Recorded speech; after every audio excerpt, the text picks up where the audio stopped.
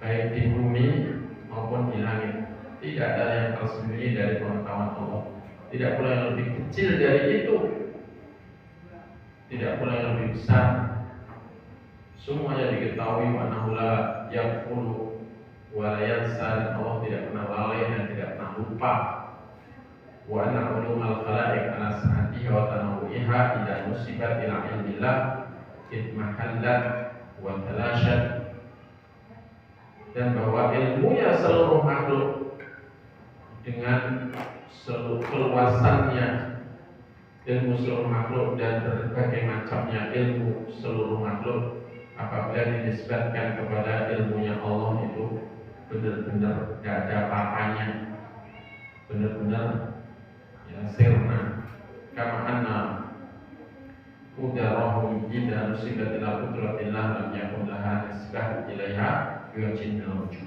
Sebagaimana kemampuan seluruh makhluk, kekuasaan seluruh makhluk, apabila dinisbatkan kepada kekuasaan Allah itu nggak ada apa-apanya, walau dari satu sisi pun tidak ada apa-apanya. Huwallazi 'allamahum ma lam yakunu ya'lamun. Karena Allah lah yang memberitahu mereka, memberi ilmu mereka apa-apa yang tidak mereka ketahui. Wa qarrahum 'ala ma lam yakunu 'alaihi qadirin. Dan Allah juga memberi kemampuan dan kekuasaan kepada makhluk yang sebelumnya mereka tidak menguasai atau tidak bisa melakukannya atau tidak memiliki kemampuan itu atau kekuasaan itu. Wa kama anna ilmahu muhitun bi jami'il alam al-'alam was-sufli wa ma fihi min al-makhluqati dawatiha wa asrafiha wa af'aliha wa jami'i umuriha wa huwa ya'lamu ma kana wa ma yakunu fil mustaqbalat allati la nihayata laha wa ma lam yakun lahu kana kaifa kana la yakunu. Sebagaimana ilmunya Allah itu juga meliputi seluruh alam atas maupun bawah, dan apa yang ada padanya berupa seluruh ciptaan, baik zatnya seluruh ciptaan itu maupun sifat seluruh ciptaan itu maupun perbuatan seluruh ciptaan itu, dan juga segala perkara yang berkaitan dengan seluruh ciptaan itu, semuanya Allah ketahui. Maka Allah itu mengetahui segala apa yang telah terjadi, segala apa yang telah ada dan apa yang akan ada di masa datang, yang tanpa ujung penghabisan dan jadi tanpa batasan waktu. Segala apa yang akan terjadi sampai selamanya Allah tahu, telah tahu. Dan apa yang belum ada, bagaimana keberadaannya kalau ada, itu Allah juga telah tahu. Segala apa yang belum terjadi, seandainya terjadi bagaimana, kalau sudah terjadi nanti bagaimana kejadiannya, Allah telah tahu semuanya ya. Bahkan sepekan lagi malam Kamis yang akan datang, kalau saya masih hidup, saya makan malam pakai nasi berapa butir, lauknya apa, terus jadi berapa sendok, terus setiap sendokan pertama saya mengunyahnya berapa kali, yang kedua berapa kali, kapan saatnya lauknya itu jadi rezeki saya alias masuk ke mulut saya. Itu Allah telah tahu sejak saya belum dicipta, bahkan sejak sebelum Allah mencipta langit dan bumi. Karena Allah tahu segala apa yang akan terjadi. Ketika terjadi nanti bagaimana kejadiannya, tahu persis. Minum, siapa yang akan minum keselak, Allah telah tahu semuanya. Karena keselak itu juga musibah kita, dan semua musibah itu tidak akan terjadi kecuali sudah ada catatannya di Lauh Mahfuz sana. Bisa gak akal kita jago satu sifat Allah saja?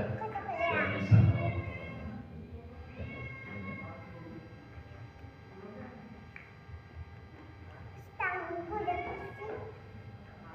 Karena itu kalau dianggap Allah memberitahu, alias niat kita harus kita ucapkan, karena dianggap Allah tuh nggak tahu kita ini sholat apa kalau kita nggak mengucapkannya. Ini parah, akidahnya parah. Tidakkah mengimani sifat Allah al-ilm, bahwa ilmu Allah itu sempurna, meliputi segala apa yang terjadi. Dia itu alim bidati sudur, berapa banyak dalam Quran Allah menyebut dirinya itu maha tahu segala apa yang dalam dada, segala apa yang dalam hati. Dan itu apa yang tidak diajarkan Nabi ya sudah tidak usah diamalkan. Dan apa yang tidak pernah dicontohkan oleh para sahabat Nabi, tidak pernah diamalkan, mereka tidak usah diamalkan. Baik, ini ada. Ini bukan berarti saya melarang ya. Maksudnya kita ini loh, tidak usah begini. Dan tidak ada para ulama ahlu sunnah yang beralasan melafalkan niat itu alasannya untuk memberitahu Allah, itu tidak pernah di kitab manapun. Yang ada adalah lafatan itu bisa menuntun hati untuk lebih memantapkan niat. Nah itu ada yang beralasannya seperti itu, tapi juga dibantah oleh Al-Imam An-Nawawi rahimahullah, salah seorang yang besar dalam mazhab Syafi'i, dalam kitab beliau Al-Majmu' ketika membahas tentang niat salat, menjelaskan pernyataan dalam kitab Al-Muhadzab Fikih Asy-Syafi'i yang diabadikan oleh Al-Imam As-Subki. Wajib an takuna niyatu muqarinatan litakbir la qablahu wala. Dan wajib niat itu bareng dengan takbir, tidak sebelumnya, tidak pula sesudahnya. Sehingga dari situ melafalkan niat itu bukan resmi pendapat mazhab Syafi'i. Dan itu dibela oleh Imam An-Nawawi dalam kitab Al-Majmu' Syarah Al-Muhadzab, kitab fikih terbesar mazhab Syafi'i.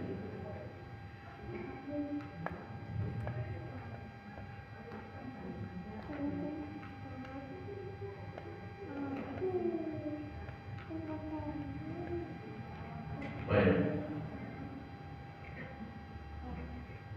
Ini ada pertanyaan.